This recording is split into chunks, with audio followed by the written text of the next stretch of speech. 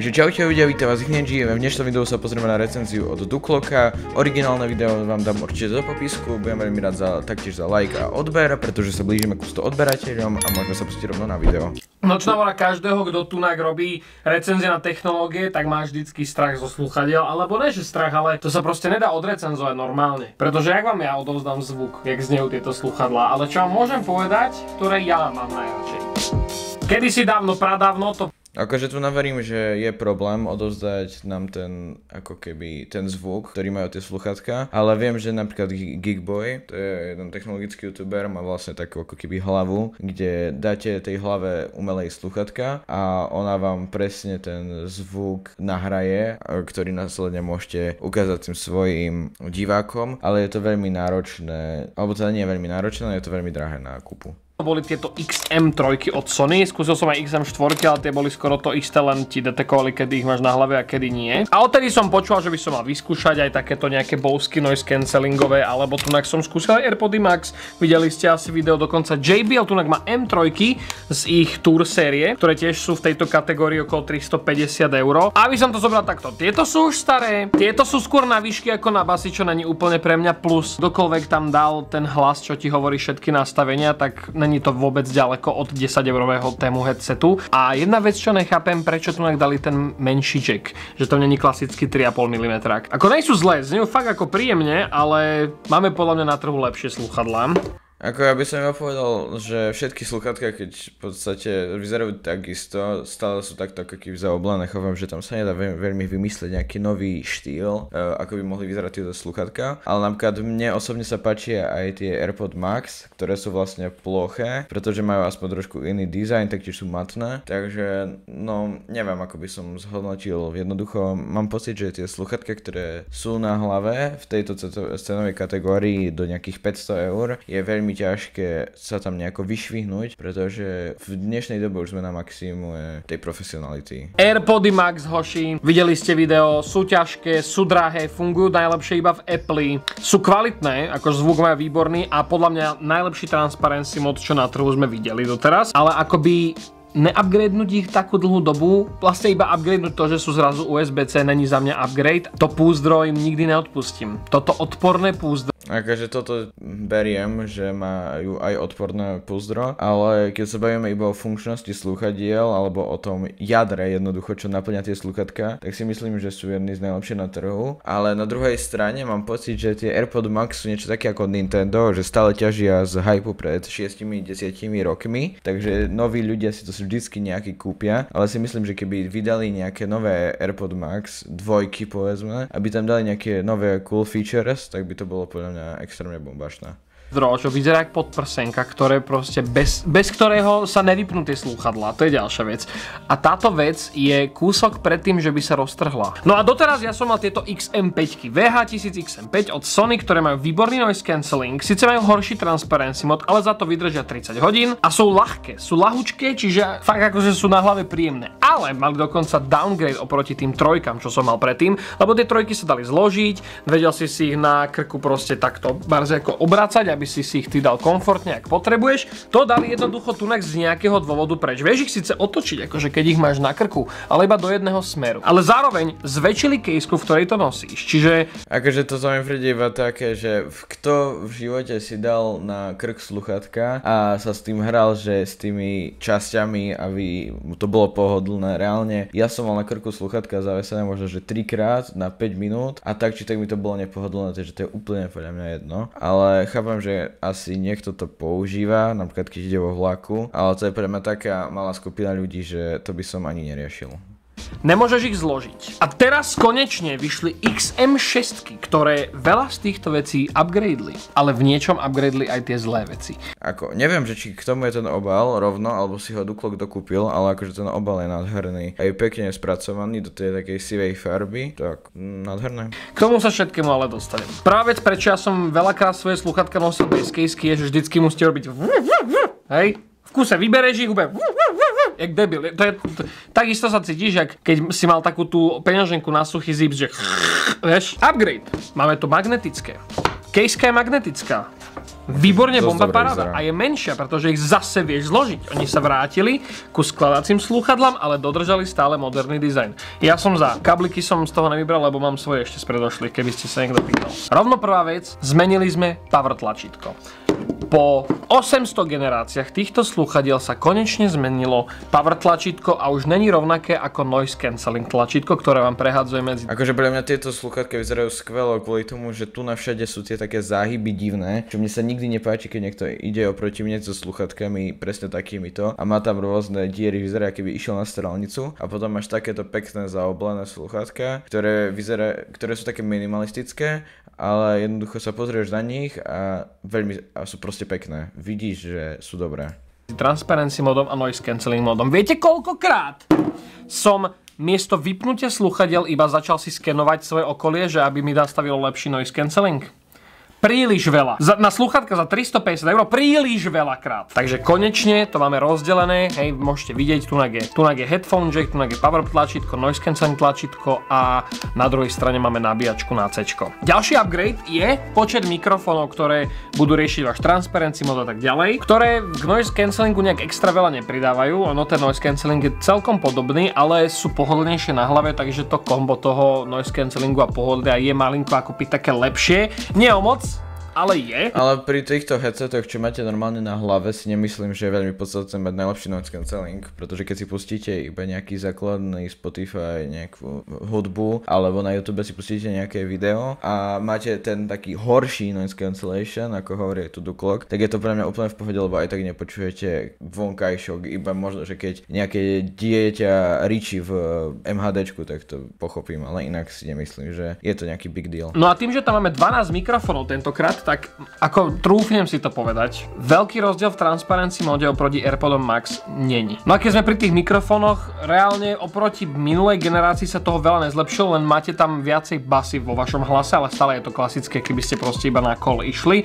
ale zvýši to v podstate kvalitu vášho callu, keď máte hrubší hlas, taký nižšie položený. Pokiaľ máte taký vyšší hlas alebo ženský taký pisklavejší hlas, tak vlastne oproti XM5-kám XM6 nemajú lepší mikrofón, že skoro vôbec. Čo ale všetko naozaj vylepšili je hlavne v tej aplikácii, ktorá bola kompletne revampnutá. Sound Connect. Už to není Sony Headphones, už to je Sound Connect. Predtým tá apka bola taká jednoduchšia, jasné nejaké equalizery a noise cancelling ste si tam mohli tapovať a tak ďalej, ale teraz tunak máte listening módy. A ja som si myslel, že to bude iba taký akože gimmick, hej, keď sa pozrieš, tak máš tam listening mód. Akože markantná zmena, že zmenia názov, ale neviem, ako vyzerá celkom minimalisticky tá aplikácia, jednoduchá na používanie, takže prečo nie? Že background music a cinema. A ono to vlastne robí to, že si môžete dať tú hudbu do pozadia priestoru. Ono to ako asi znie strašne zvláštne a za mňa, keď som to počul, tak mi to prišlo také ako prečo by si to robil. Ale napríklad, keď ste v stiesnenom priestore, alebo ste v priestore, kde je strašne veľa ľudí, ale potrebujete nejakým spôsobom mať oblbnutý mozog, že máte súkromie, tak vy môžete si zapnúť noise cancelling a dať si tú hudbu do pozadia, že znie, že ide z diaľky a máte pocit, že ste vo veľkom priestore počas toho, ako sa sústredíte na jednu vec. Ja som naozaj si myslel, že to bude debil. Akože toto nie je zlá feature, ja som nevedel ani, že niečo také existuje. Asi myslím, že to je akože super, keď sa potrebujete sústrediť a nemáte radi byť v skľúčených priestoroch, alebo jednoducho iba chcete byť v podstate sa cítiť, presne ako hovoril Duklok, sami, ale chcete mať, neviem, mne to skôr príde, že toto by sa mohlo používať napríklad na nejaké livestreamy koncertov alebo niečo také, že vlastne ste v miestnosti, ktorá je väčšia a ako keby si predstavujete, že ten koncert sa hraje pri vás, ale neviem, že presne ako to funguje, takže neviem úplne to zhodnotiť. Gimmick, ale má to zmysel, dáva mi to logiku, ale hlavne ten druhý mod, pozeraj sa, je tu mod, že cinema. Absolutne.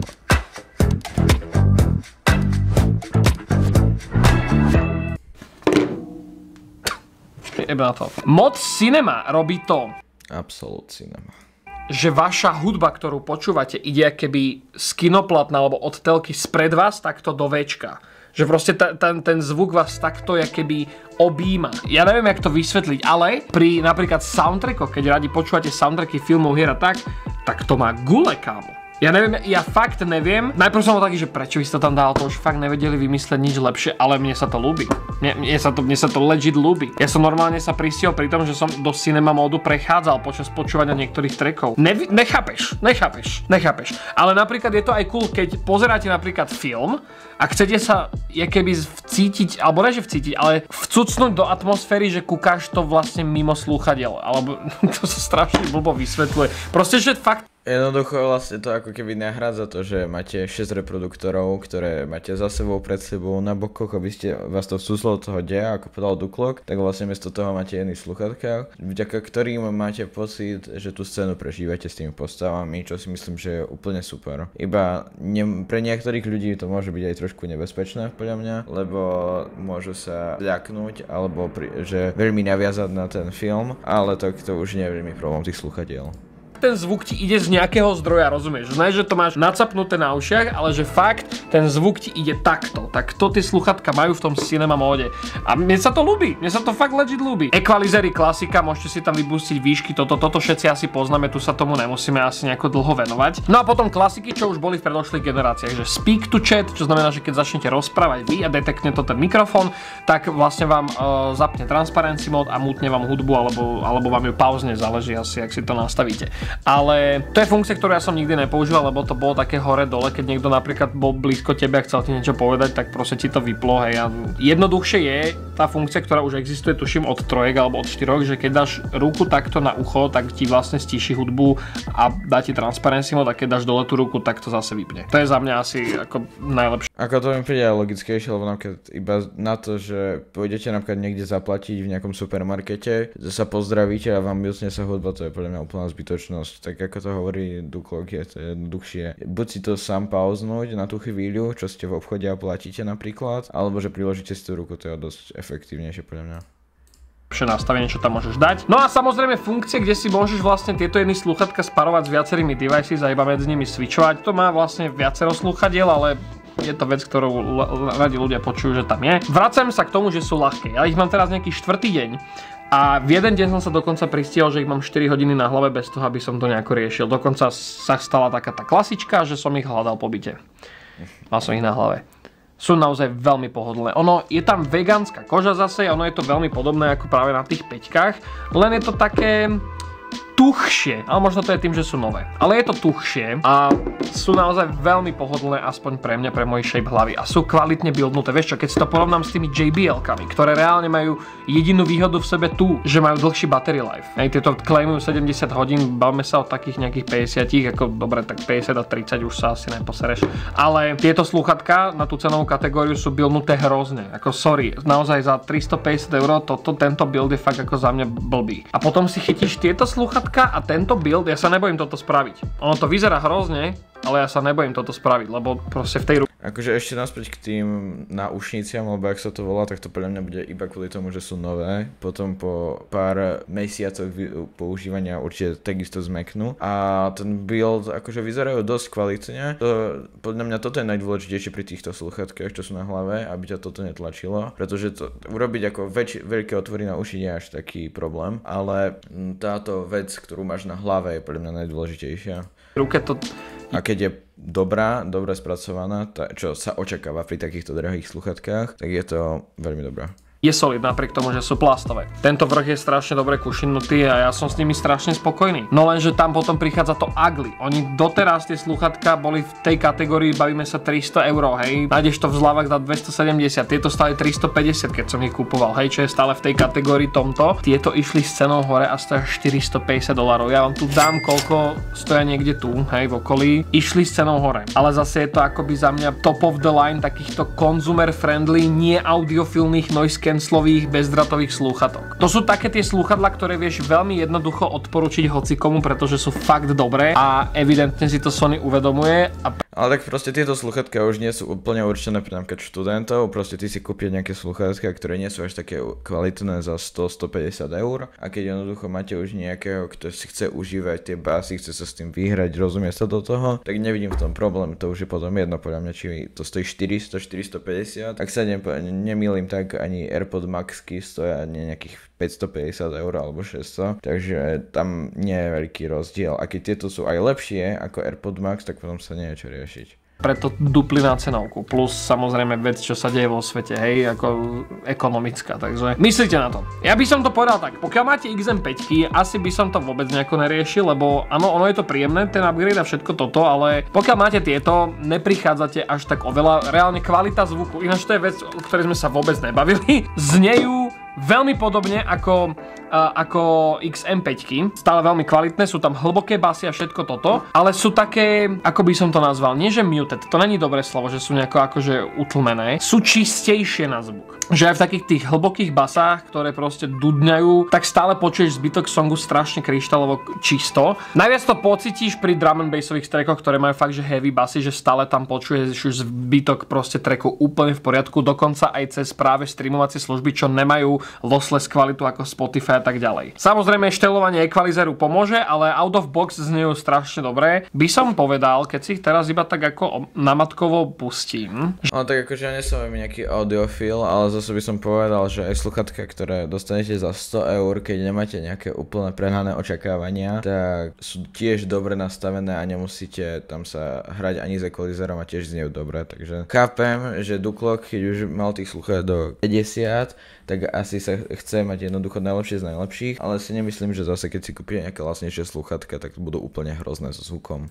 Že počas transparency modu znejú lepšie. Pretože ak je tam tých viac mikrofónov a celkovo ten software je už vylepšený, tak to, že máte zapnutý transparency mod, toľko neruší tú hudbu. Hej, že naozaj tam ten mikrofóny, či ak boli predtým také menej kvalitnejšie, tak takéto nekvalitné šušťanie ste tam mali v pozadí v tých trackoch, keď ste mali transparency mod. Už to tam není. A to je vec, čo je naozaj ako upgrade oproti predošlej generácii. Ako pre mňa toto sú naozaj momentálne fakt, že top takéto bezdrátové noise cancelling sluchatka. Len či stoja za 450 €. Vieš čo, môj najväčší náklad na tie AirPody bol, že stoja proste 500 €, ale tieto idú už blízko. Ja sa bojím, že Sony sa rozhýč. No dobré, tak stoja 500 €, neviem, že to sa ako keď boli nové, ale tak viete čo, keď toto je lepšie, teraz s tou momentálnou situáciou v Amerike, rozumiem, že museli ísť hore a keď ešte sú aj kvalitnejšie, že to nie je iba nejaký gimmick, že aha, máme nové sluchadlá, kúpte si ich, no a trošku sme pridali cenu 150 €, tak si myslím, že nemáme prečo byť na Sony nahňavané, jednoducho majú na to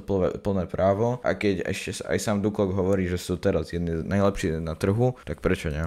Lebo sú to fakt dobré sluchatka, veľa ľudí si ich kúpi a potom zase dojdú a 5 kg budú chcieť, vieš, že...